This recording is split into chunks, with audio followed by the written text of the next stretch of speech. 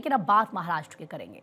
महाराष्ट्र विधानसभा में बोले हैं सीएम फडणवीस, डिटेंशन सेंटर में रखे जाएंगे घुसपैठिए। मुंबई में डिटेंशन सेंटर बनेगा तो ये मुख्यमंत्री की तरफ से कहा गया है। घुसपैठियों को जेल में नहीं रखा जा सकता। अभी तक क्या होता है, अगर कोई घुसपैठिया होता है तो उसको जेल में रखा जाता है, लेकिन ये देखिए ये एक चैलेंज भी है क्योंकि ये विदेशी लोग होते हैं और ऐसे में इनकी कोशिश होती है कि अपना नेटवर्क ये फैलाएं।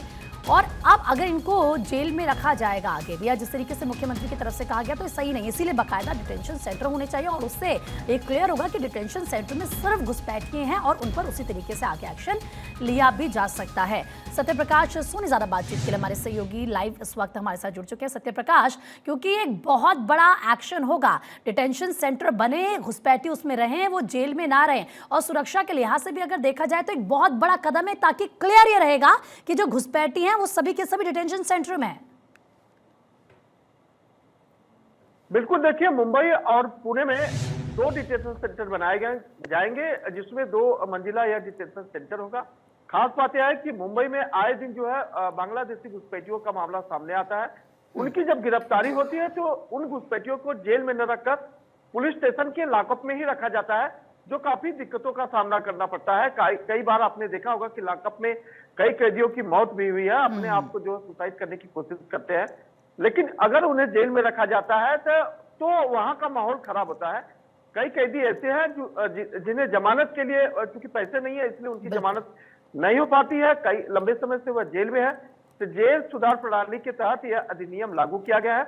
महाराष्ट्र के नागपुर अधिवेशन में यह देवेंद्र फडणवीस के नेतृत्व में लागू किया गया, जिसमें सबसे बड़ी बात है कि जो घुसपैठी हैं उन्हें अब जेल में न रखकर जो है डिटेंशन सेंटर में रखा जाएगा, जिसके लिए बाकायदा 1 साल पहले भी बीएमसी की तरफ से एक जमीन आवंटित की गई थी, लेकिन चूंकि सरकार ने उसे देखा और जब जांच की तो पता लगा कि जो आवंटित जगह है वह पर्याप्त नहीं है, उसके लिए और भी जगह की जरूरत है। और चूंकि मुंबई शहर से थोड़ा दूरी पर होना चाहिए, इसलिए सरकार जो है अब इस अधिनियम के तहत दूसरी जगह की मांग जो है मुंबई महानगर पालिका से करेगी। महानगर पालिका जब जगह आवंटित करेगा उसके बाद जो है कब तक ये जमीन आवंटित की जा सकती है सत्यप्रकाश, क्योंकि क्या ये कोई लंबा प्रोसेस है, और अगर जब जमीन दी जाएगी उसके बाद इस पर डिटेंशन सेंटर्स तैयार किए जाएंगे तो लगभग कितना समय लग जाएगा इस पूरे प्रोसेस में?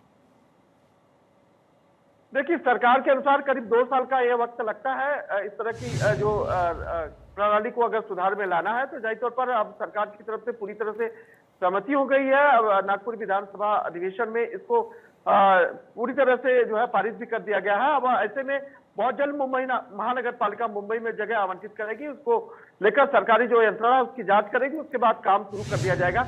हालांकि यह लंबे समय से इस पर चर्चा चल रही थी कि महाराष्ट्र में जो घुसपैठी आते हैं, जिनकी गिरफ्तारियां होती है, जो अवैध तरीके से मुंबई में रहते हैं और अपने कारोबार को अंजाम देते हैं, उन पर कार्रवाई होनी चाहिए। लेकिन जब कार्रवाई होती है तो उन्हें चूंकि जेल में ले जाया जाता है तो जेल में भी वह माहौल खराब करने की कोशिश करते हैं। बिल्कुल, और ये माहौल खराब ना हो, जो घुसपैठिए हैं वो डिटेंशन सेंटर में जाए, यही सरकार की अब लगता है कोशिश नजर आ रही है फिलहाल।